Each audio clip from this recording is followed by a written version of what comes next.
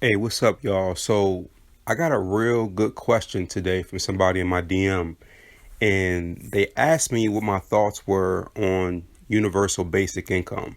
So, for some of y'all that follow me or either on Instagram or Facebook, y'all probably seen me post about Andrew Yang, who I'm a big fan of. He's a 2020 presidential candidate.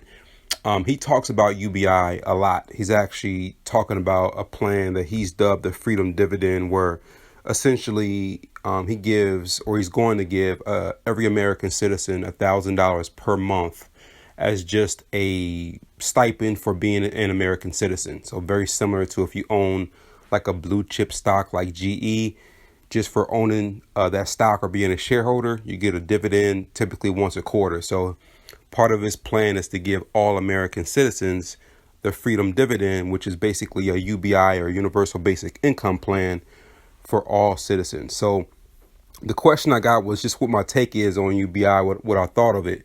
And so it's a real complicated topic, and it's something that I think actually is really, really important, because the reason why people are even talking about UBI right now is because the country is going through a significant economic shift. And if you got kids like I do, this is going to be the type of question that's going to dictate a lot of what the world looks like to them when they become adults. So it's something that I think that more people should be asking about, more people should be talking about. So I wanted to kind of break down my take on UBI in general, and I want to speak specifically about Andrew Yang's program and his initiative around UBI. So just to start, right, what is UBI? Universal Basic Income.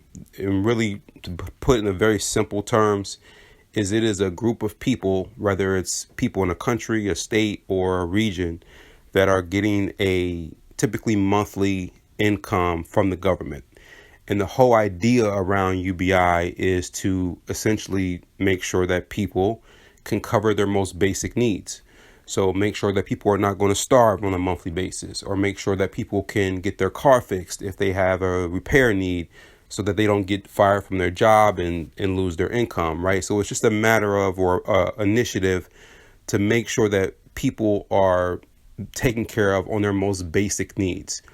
And the great thing about UBI, and probably the main reason why I'm a fan of UBI as a concept, is the fact that it helps get people out of a survival mindset and into a thriving mindset, right? So when you are just trying to figure out or make sure that you're going to be able to eat and that your rent's going to get paid, you are in absolute survival mode.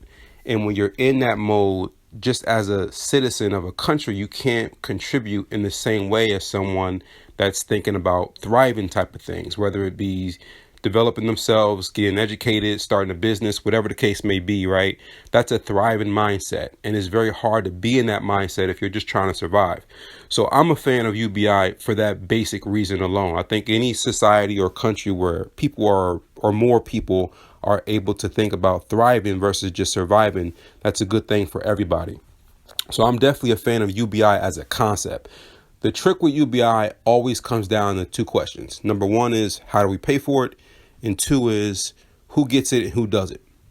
So the second question, Andrew Yang answers very simply, which is everyone gets it. Every American citizen gets it.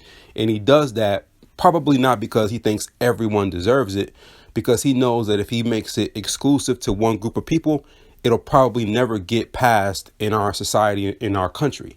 So in order to make it an initiative that will more likely actually see the light of day, which is incredibly smart, he's making it or framing it as a dividend for simply being a citizen of the United States, which is dope, by the way.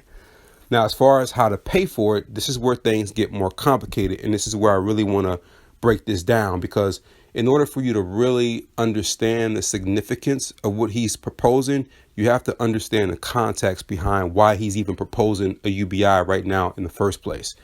So let me break down exactly how he plans to pay for this program. And it's really the main reason why I'm a fan of his program specifically, because there's different ways to apply UBI, right? But his proposal, I think, is the best that I've seen. So he is proposing to pay for the UBI program in the states by way of a VAT, which is a value added tax. Now, if you don't know what a VAT is, it is essentially a type of tax. But the best way that I can explain to you what VAT is to give you an analogy of what it's not by the form of a sales tax, right? Which everyone is probably familiar with the sales tax, right? You walk into a 7-Eleven, you pick up a bottle of tea. Yes, I'm going to use tea for obvious reasons. You pick up a bottle of tea. Let's say it's Snapple, whatever. You go to the counter. You pay for that tea. It's say $1.99, but then when they ring it up, it's $2.25 because of tax, right? That's a sales tax. And that's the system of tax primarily we have here in the States, as well as income tax, right? So the thing to understand about sales tax is it's only applied at the end of the value chain, meaning the end consumer that buys the goods is who wears, or I should say, holds the 100% brunt of the tax burden for that product, right? So when you buy a finished good, that finished bottle of tea with the label already applied, with the tea mixed in, it's ready to sell, it's ready to be consumed, you're the last step in the value chain. So therefore you have 100% responsibility for the tax that's associated with that particular good, right? And I'm emphasizing value chain for a reason. So that's a sales tax. A VAT tax, or a value added tax, is different in the sense that it is taxed throughout the entire production process of that bottle of tea or any other produced good, right? So today, in our current tax structure here in the USA, as a company owner, when you buy the bottle for the tea, the sugar, the water, and the label, all of the cap, all of the materials that go into that bottle of tea, most companies don't pay taxes on none of that shit, right? So that's one way that companies are able to circumvent paying their fair share of taxes, which is what contributes to the government's ability to operate. And they do that by way of being tax exempt, right? So a VAT would basically take that away. So with a VAT applied, which is what Andrew Yang is proposing, Snapple would have to pay taxes on that label that they purchased, the bottle, the cap, the tea, the sugar, all that, right? So that's the fundamental difference between the VAT and just having a sales tax. It forces companies to contribute their fair share of taxes on a particular product or good. So, of course, and by the way, I know what you're thinking. You're probably thinking, well, if we charge companies tax on the raw materials of their products, then they're going to pass that cost on to the consumer. And that's a very valid point, but that can also be very easily addressed, right? The whole idea is today, the consumer is shouldering 100% of the tax responsibility when they buy a good.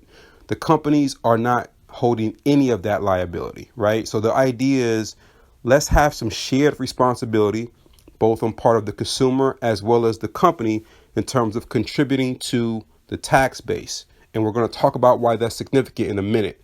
But that's the whole idea around a VAT, is it makes it more difficult for companies to circumvent paying their fair share of taxes.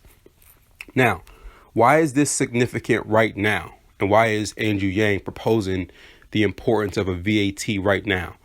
And the best way that I can explain this, and I need you guys to really do me a favor as you hear this part of this video, is I want you to put yourself in the mind of a business owner, which, I really wish more people would have the opportunity to either run a business or start a business, because so much around our politics and our government in general is dictated by corporations. So having that experience will give you a lot more insight into how some of this stuff works. But for the sake of this example, to make this very clear, I want you guys to imagine that you own this tea company. Let's say it's Snapple. I'm going to use that as a very simple example, right? Let's say you sell your tea for $3 a bottle, right? You understand that you're not going to get that full $3 back, right? That's your gross revenue. That's not your net revenue. So you sell it for $3, but there's a whole bunch of expenses that has to come out of that $3 before you get your profit, right? You got to pay for the bottle. You got to pay for the label. You got to pay for the tea. You got to pay for the cap. You got to pay for the transportation to get the bottle from your facility to the store. You got to pay for the person making the tea. You got to pay for the person selling the tea. So there's all these expenses associated with selling that $3 bottle, about $3 bottle of tea, that has to be subtracted from your profits before you make anything, if you make anything, right? And all of those expenses can be classified in a couple ways. Now, if you've taken an accounting class, you've probably learned about fixed costs versus variable costs. I'm not going to talk about that because it's not relevant to this example. But what I do want to talk about is expenses that contribute to tax revenue and expenses that do not contribute to tax revenue. So we already talked about some expenses that don't contribute to tax revenue, right?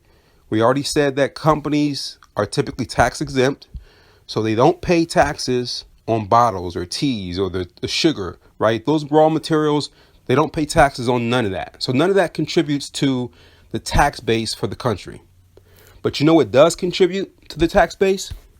People.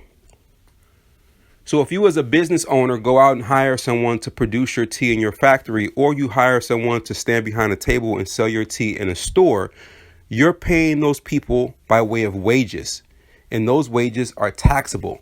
So when you hire people, and when those expenses within your company are tied to people, that is generating tax revenue for the government. But when you buy equipment and materials, they're not. They don't contribute to tax revenue. And here is why this whole program right now is significant. If you had a $20 million company 30 years ago, you probably would have about 50 employees in that company to yield $20 million, right?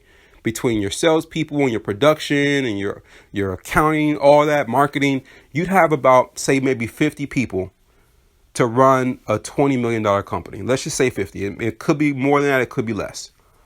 But fast forward till 2019, that same company to get to $20 million may only need half of that amount of people. They may only need 25 people. And that's typically what's happening now is companies are able to reach a certain revenue or profit level with less people than they did 20, 30, 40 years ago. Now, why is that? Technology, right? If you go into a typical manufacturer in the United States today, 30 years ago, they may have had 50 people in that plant. Now they may have 10. And a lot of those other 40 people have been replaced by machines, right? So technology is making it so that companies don't need as many humans to produce the same amount of goods or generate the same amount of revenue as before. So hopefully you're seeing the significance of all this, right? Companies are making more money than they've ever made before, and the expenses that they pay are increasingly becoming a mix of expenses that don't contribute to tax revenue, right? So, and by the way, all of this is great. These technological advances are absolutely great. They're going to make everything cheaper. They're going to make it cheaper for you to buy TVs and cars and phones. All of this is great progress, and we should continue to allow technology to do its thing. The problem is we have a tax and a government system that's like 30, 40 years behind. And all Andrew Yang is basically saying is, look, we need a tax structure, which basically is a VAT, that will allow our country as a whole to benefit from this technological shift that has replaced human beings as the primary resource for companies and is now shifted to technology. Because there's no way currently for the tax system to effectively get the tax revenue from this current model of business that is, again, more dependent upon technology than human beings. He's saying a VAT tax would essentially resolve that problem, right? So when a company opts to hire or buy a robot versus hire 10 people, guess what? That robot is essentially going to be paying taxes in the same way or in a similar way as a human being would. Right. So that's what a VAT does. And by the way, we are one of the last company or countries that are developed that do not have a VAT in place. Right. Now, we can speculate why that is. I have my theories, but the reality is the USA is in the extreme minority of developed countries that does not have a VAT system. So there's a need for UBI right now based on all of the displacement that's going to happen over the next 20 years. 10 to 20 years, actually, around technology replacing entire industries. And so there's many other reasons around UBI and the definition of work and all that kind of stuff that Andrew Yang talks about, which I also agree with. But I wanted to just explain the context around UBI and why I am a fan of it myself personally. and why all y'all should check out UBI and check out Andrew Yang. So, peace.